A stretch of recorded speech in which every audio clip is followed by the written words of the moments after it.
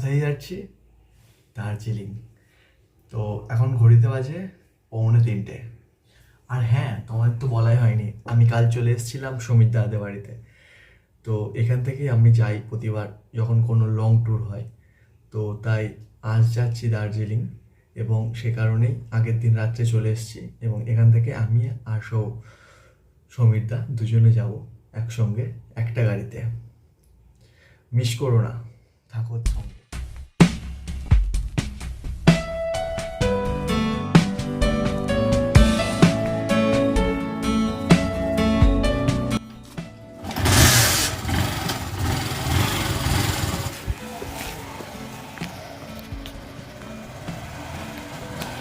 তো ফ্রেন্ড, আমরা বেরিয়ে পড়লাম। ঘড়িতে এখন বাজে 3টে।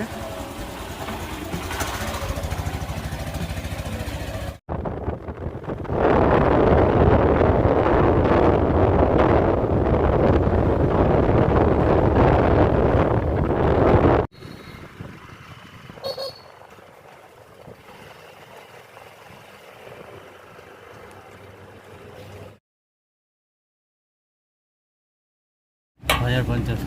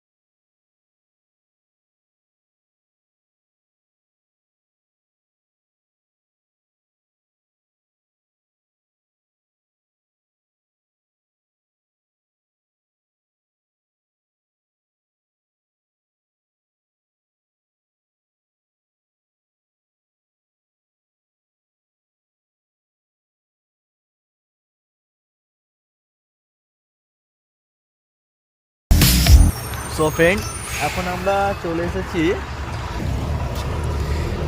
138 কিলোমিটার। 138 কিলোমিটার আমরা পিছনে ফেলে চলে এসেছি, এবং এখান থেকে আমরা মোরগ্রাম এখনও মোটামুটি অনেকটাই বাকি। তো তাই একটু রাস্তায় দাঁড়িয়ে চা খেয়ে নিচ্ছি, অনেকটা ঠান্ডা লাগছে। সমীরদা ওই যে চা খাওয়া হয়ে গিয়েছে। বেশ দারুণভাবে উপভোগ করছি আমরা রাস্তায়, তবে কুয়াশা সেরকম দেখতে পাইনি। চলো সামনে যাওয়া যাক, ঠান্ডা হালকা লাগছে। ভিডিওর সঙ্গে থাকো, ভিডিও কেমন লাগছে অবশ্যই কমেন্ট করে জানিও।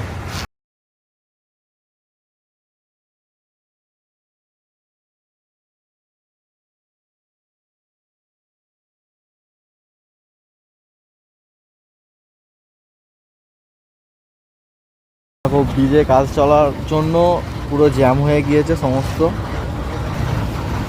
এখানে কতটা সময় নেবে জানি না, পুরো জ্যাম।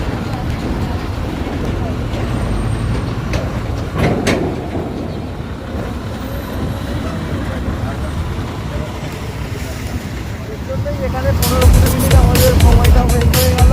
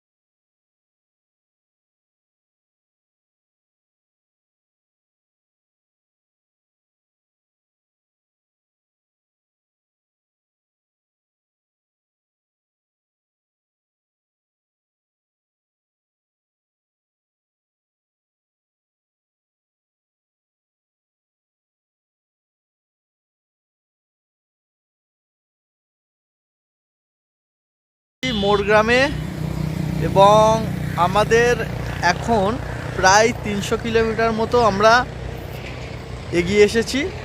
আর 300 কিলোমিটারের মতো গেলেই আমরা এনজিপি পাবো। তো ওখানেই আজকে আমরা স্টে করব এবং কালকে ওখান থেকে আমরা মিরিকে যাব। এই যে এখানে দেখো গাড়িটা গরম হয়ে গিয়েছে, ইঞ্জিনটা জল দেওয়া হয়েছে একটু ইঞ্জিনে। এই দেখো আমরা এখানে বসে পড়েছি। আমরা টিফিন এনেইছিলাম বাড়ি থেকে, তো আমরা একটু টিফিন করে নেব, কারণ রাস্তার মাঝে আমরা আর কোথাও সেরকম হোটেলে খাচ্ছি না। একটু রেস্ট নেব, গাড়িটাকেও একটু রেস্ট দিচ্ছি। দেখো, আর জায়গাটা সব থেকে বড় কথা, যে জায়গাটায় আমরা এখন আছি, জায়গাটা একটু জাস্ট ভিউটা কি অসাধারণ ভিউ। চারিদিকে শুধু সর্ষে ক্ষেত, অসাধারণ।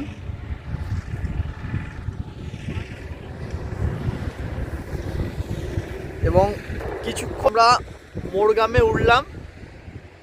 এতক্ষণ পর্যন্ত জঘন্য রাস্তা ছিল, তো এখন আমরা NH-34-এর পাশেই আছি। আমরা টিফিন করে নেব এবং টিফিন করে আবার কিছুক্ষণ রেস্ট নিয়ে বেরোবো। সবিতা একা একাই খাচ্ছে দেখছো। আমার আর খেতে ইচ্ছা করছে না, যা প্রাকৃতিক দৃশ্য দেখছি।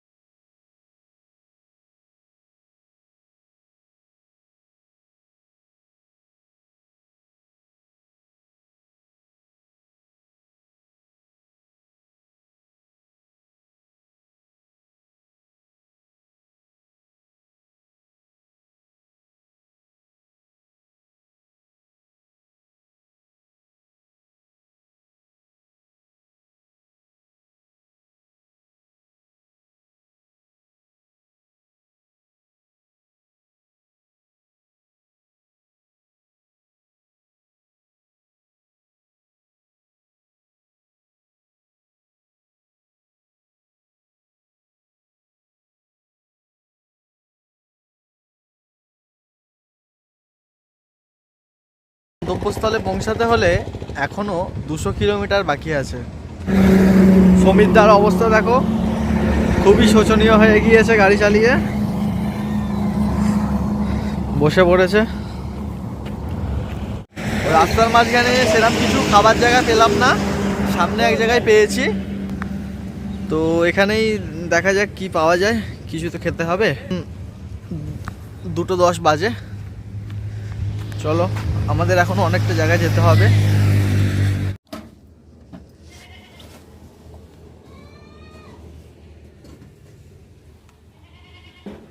এই দেখো দুপুরে কি খাচ্ছি আমরা, মুড়ি। মুড়ি চানাচুর,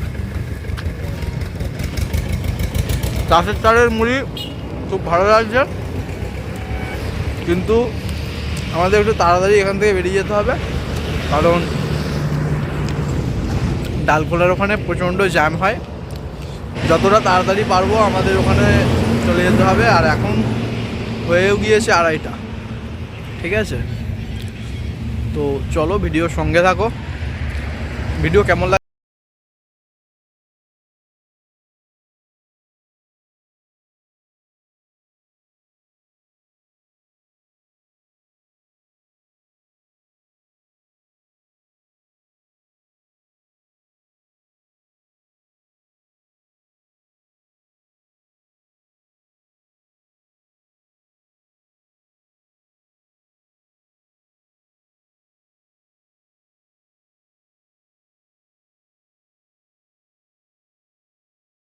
আমরা ফুল ট্যাঙ্ক করেছিলাম, কাছাকাছি এসে শেষ হয়ে গিয়েছে, আবার ট্যাঙ্ক ফুল করে নিচ্ছি। এখন আমরা শিলিগুড়ির কাছেই আছি, আর 40 কিলোমিটার বাকি শিলিগুড়ি থেকে।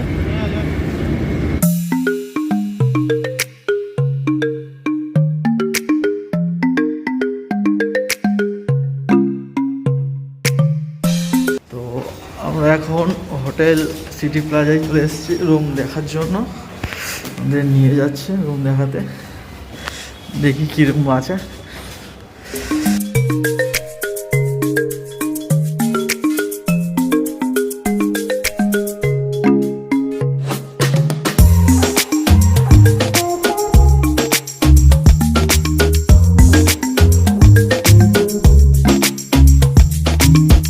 এই যে এখানে এসেছি,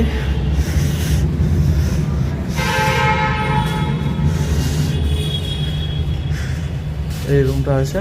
এর কত দাম? আমি আর আমার একটা দাদা আছি। কি বলছো গো? গাড়ি আছে আমাদের? হ্যাঁ, রাখার জায়গা আছে। কত কি হবে তাহলে? কত হবে, কত লাস্ট? ঠিকঠাক করে নাও। তো আমরা এখন রাত্রের খাবারের জন্য বাইরে এসেছি, দেখি কি খাবার পাওয়া যায়। আর হোটেল তো আপনাদের দেখালাম, এই হোটেলটা করেছি, 800 টাকা নিয়েছে। দেখি চলো এখানে কি খাবার পাওয়া যায় রাত্রে। রাত এখন 9টা বাজে। এই দেখো এই সমস্ত দোকানগুলো এখানে পেয়ে যাবে। বিহার মোড় এই জায়গাটার নাম।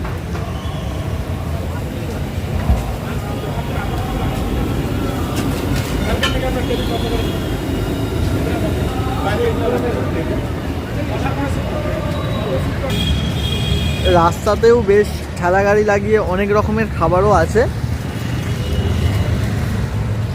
এবং দুপাশারই। তবে খাবারের প্রবলেম এখানে হবে না, অনেক রকমের খাবার আছে, বিরিয়ানির দোকানও আছে দেখতে পাচ্ছি।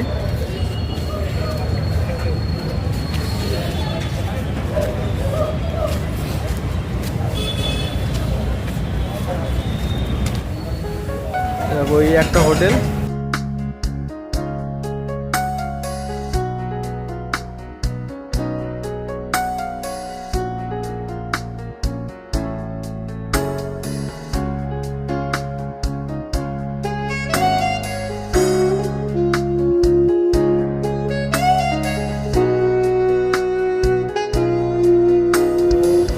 রাতের খাবারটা ভাবলাম রুমে নিয়ে যাব, কিন্তু শুধু শুধু আর রুমে নিয়ে গিয়ে লাভ নেই। গরম গরম এখানেই খেয়ে নেবো, যেটা প্রয়োজন হবে বরঞ্চ এখান থেকে একটু নিয়ে নিতে পারবো। তাই এখানেই অর্ডার করে দিলাম। আমরা কি অর্ডার করলাম? রুটি আর এগ তরকা। রুটি আর এগ তরকা। নর্মালি আমাদের ওখানের তুলনায় এখানে একটু দাম বেশি। 7 টাকা করে রুটি এখানে, তরকা 80 টাকা প্লেট। কোয়ালিটিটা দেখতে হবে কীরকম এখানে।